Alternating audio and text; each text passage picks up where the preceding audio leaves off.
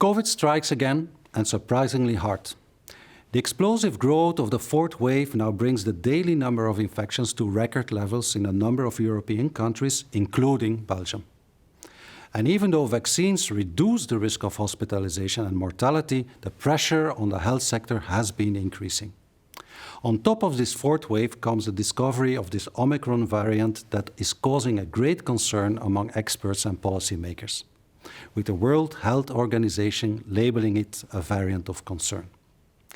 The ultimate impact of this new variant on health and on the economy remains, however, unclear.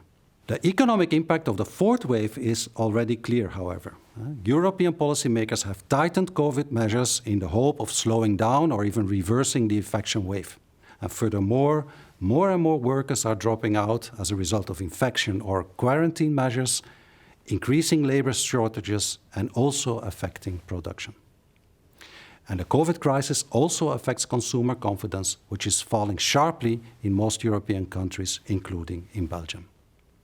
Despite the efforts of governments to keep the economy as open as possible, it seems likely, therefore, that this fourth wave will ultimately slow down the economic recovery, especially in an environment where supply disruptions are set to persist and rising inflation is eroding household purchasing power.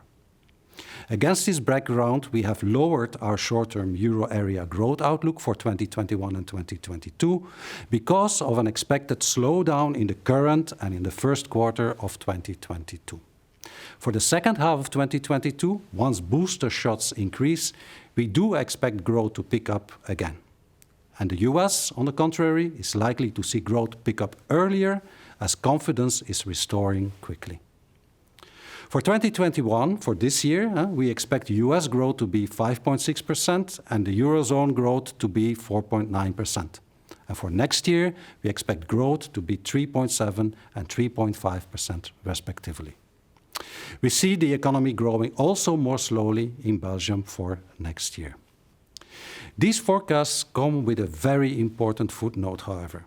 Namely, that our baseline scenario is built on the assumption that the Omicron variant would eventually not pose any additional major health risks. As you know, there is still much uncertainty about this. More information is certainly needed to properly assess the economic risks. But that Omicron represents a major downside risk in the worst case is certainly clear. But I repeat, it is still too early to make any firm statements on this.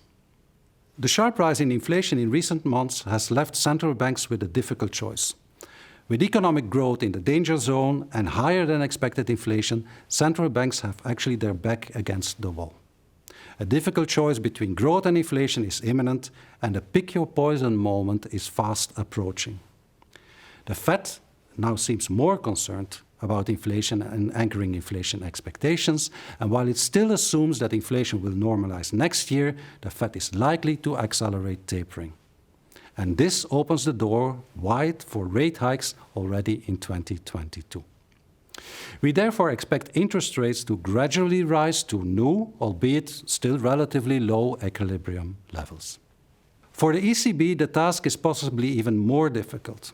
The slowdown in Eurozone growth and the new COVID waves will keep ECB focused for the time being on maintaining accommodative funding conditions. And this is especially true given that the ECB, or at least a majority within its governing council, remains convinced that inflation is ultimately transitory. But important decisions need to be taken urgently. Will the PEP be wound down?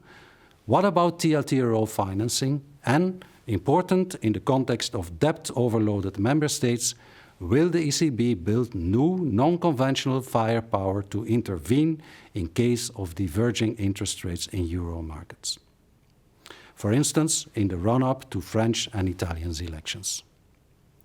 The ECB and the Fed policy meetings later this month may provide more information in this respect.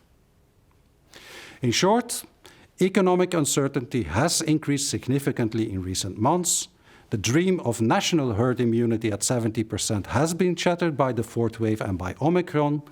Worldwide immunity seems a necessary condition going forward. Labour market tightness due to infection or quarantine and the health sector on its own are now becoming new bottlenecks weighing on the economy. And all of this comes on top of existing problems of supply chain disruptions and an energy crisis. And the question is increasingly whether, after the 2021 inflation surge, a new inflation wave will hit in 2022. For now, we do expect inflation to normalize once supply chain disruptions and energy prices normalize. But in the end, one certainty remains. Central banks are once again facing the moment of truth.